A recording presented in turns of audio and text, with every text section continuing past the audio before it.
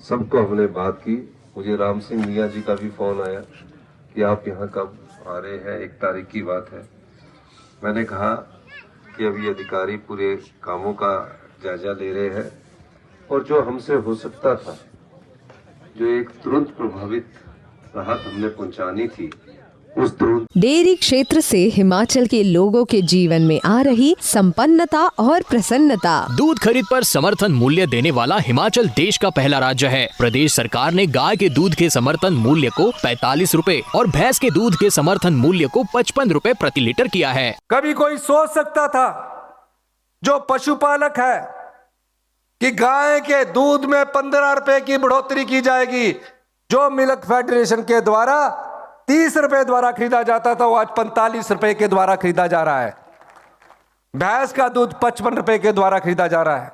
मैं रामपुर गया, रामपुर की महिलाओं से मिलकर मुझे ऐसा लगा कि जैसे सही में इन लोगों ने दूध के व्यवसाय से अपनी आजीविका का साधन बना लिया है।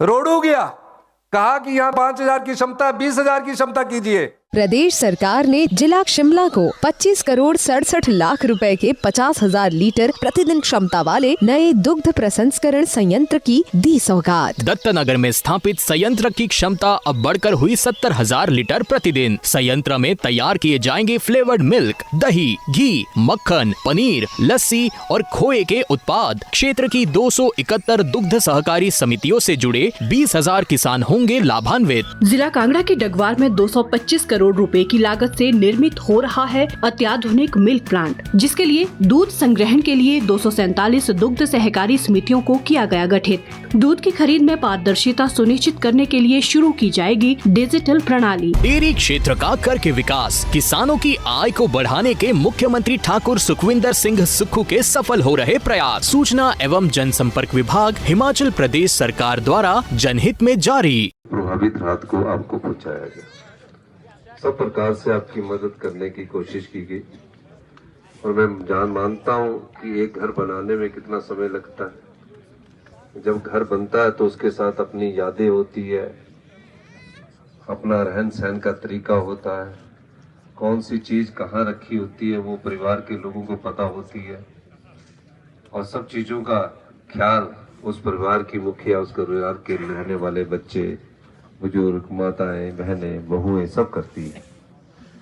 जब घर जल जाता है तो आगे ये की आशा होती है कि अब हमारा आने वाले समय में कैसे घर बनेगा, किस प्रकार से हमारे घर का निर्माण होगा। सरकार आएगी और कुछ राहत देकर चले जाएगी, लेकिन जब से हमारी सरकार आई है, हमने निश्चित तौर पर आपदा के लिए, जो आपदा प्रभावित पिछली बार परिवार थे, सबको हमने बात की। मुझे राम सिंह मियाँ जी का भी फोन आया कि आप यहाँ कब आ रहे हैं, 1 तारीख की बात है। मैंने कहा कि अभी अधिकारी पूरे कामों का जायजा ले रहे हैं और जो हमसे हो सकता था, जो एक तुरंत प्रभावित राहत हमने पहुंचानी थी, उस तुरंत प्रभावित राहत को आपको पहुंचाया गया। सब प्रकार से आपकी मदद करने की कोशिश की गई और मैं मानता हूं कि एक घर बनाने में कितना समय लगता है। जब घर बनता है तो उसके साथ अपनी यादें होती है, अपना रहन सहन का तरीका होता है, कौन सी चीज कहाँ रखी होती है वो परिवार के लोगों को पता होती है और सब चीजों का ख्याल उस परिवार की मुखिया, उस परिवार के रहने वाले बच्चे, बुजुर्ग, माताएं, बहनें, बहुएं सब करती है। जब घर जल जाता है तो आगे ये की आशा होती है कि अब हमारा आने वाले समय में कैसे घर बनेगा, किस प्रकार से हमारे घर का निर्माण होगा।